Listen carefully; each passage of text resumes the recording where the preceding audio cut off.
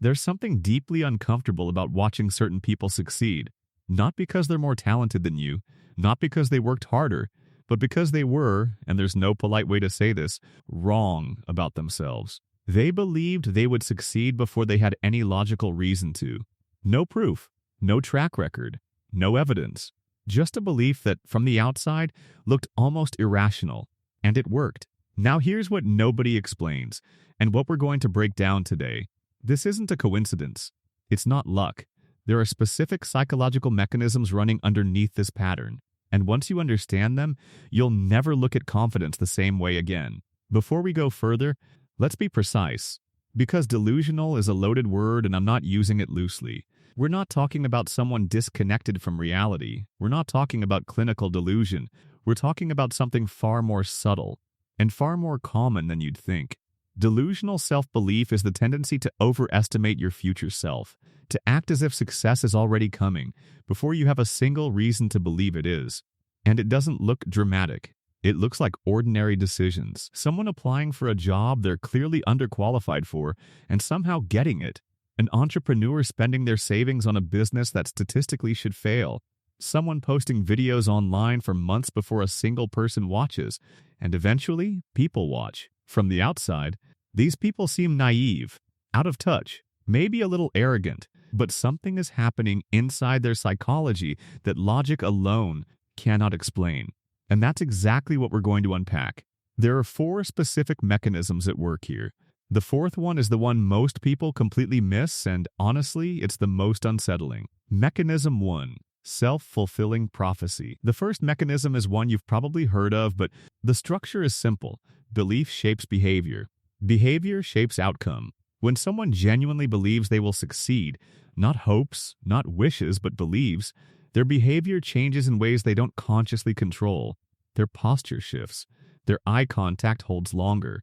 They speak differently. They take up more space, physically and conversationally. And research on nonverbal communication is consistent here. People form judgments about competence and capability within seconds, largely based on presence alone. But here's where it gets deeper. When the belief is real, failure stops feeling like a stop sign. It starts feeling like a detour. Rational people quit at rational times. The slightly delusional person stays. And staying in the game longer than everyone else, statistically, increases the chances of eventually getting something right. Belief changes how you feel. But more importantly, it changes what you do. And what you do changes what actually happens. Mechanism 2. Confirmation bias. Your brain is not a camera. It doesn't record reality passively. It filters it actively, based on what you already believe. This is confirmation bias. And it operates constantly below your awareness. When you believe you will succeed, your brain starts curating your experience of the world. It notices opportunities that align with that belief. It registers encouragement more strongly. It lets discouragement pass through without full weight. The person without that belief experiences the same world and draws completely different conclusions. Same environment, same information, completely different reality. And here's the uncomfortable part. Neither person is seeing things accurately, but one of them is filtered in a direction that keeps them moving. The other is filtered towards stillness. This is why 2 people with identical skills, identical resources, identical odds, one finds a path and one doesn't. It's not always talent. It's often just what the brain was primed to look for. Mechanism 3. Expectancy effect. The third mechanism moves beyond the individual and into how the world around them responds.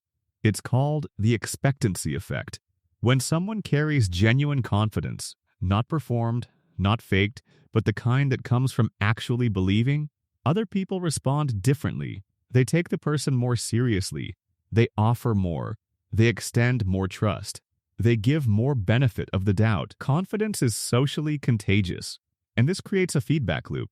The belief generates a response from the environment. That response makes the belief slightly more justified, which reinforces the belief further.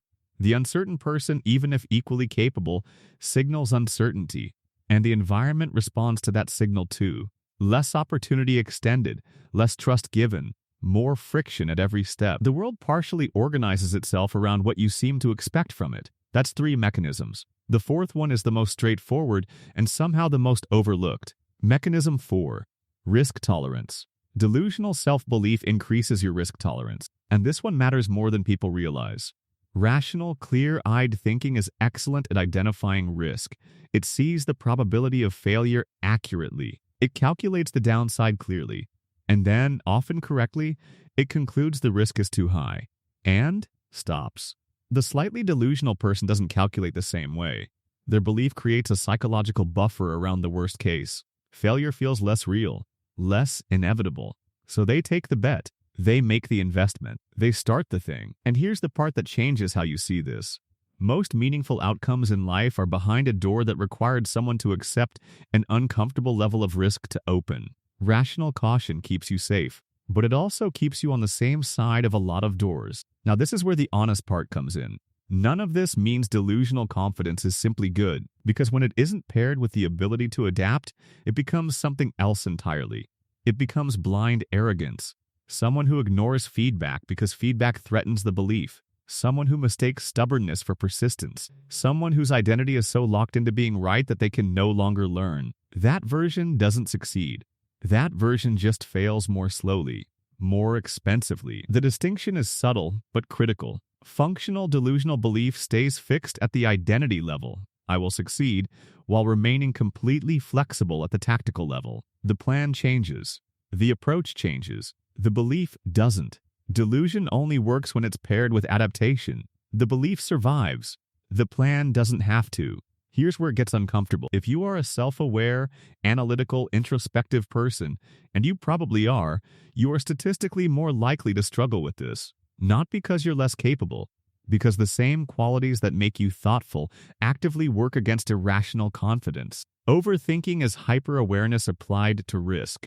You see clearly how things could go wrong. You map the gap between where you are and where you want to be with precision. And that clarity, which feels like a strength, functions in this context like a weight. The less self-aware person doesn't see all of that. And that gap in awareness, which looks like a flaw, protects them, keeps them moving when a clearer view of reality would stop them cold. This is genuinely uncomfortable to sit with because it suggests that some of what we call self-awareness, the careful, honest, clear-eyed thinking we consider one of our better qualities, can sometimes become the very thing holding us back. Not always, but sometimes. So where does this leave us? Not with a clean answer, not with a simple fix, because you can't just decide to stop seeing what you see. Self-awareness doesn't switch off on command, but maybe the question was never whether the belief is rational. Maybe the only question that ever mattered is, can the belief survive long enough? Because the difference between someone who looks delusional and someone who ends up being called visionary is rarely intelligence. It's rarely talent. It's whether the belief lasted long enough to become true. That's the psychology. Make of it what you will.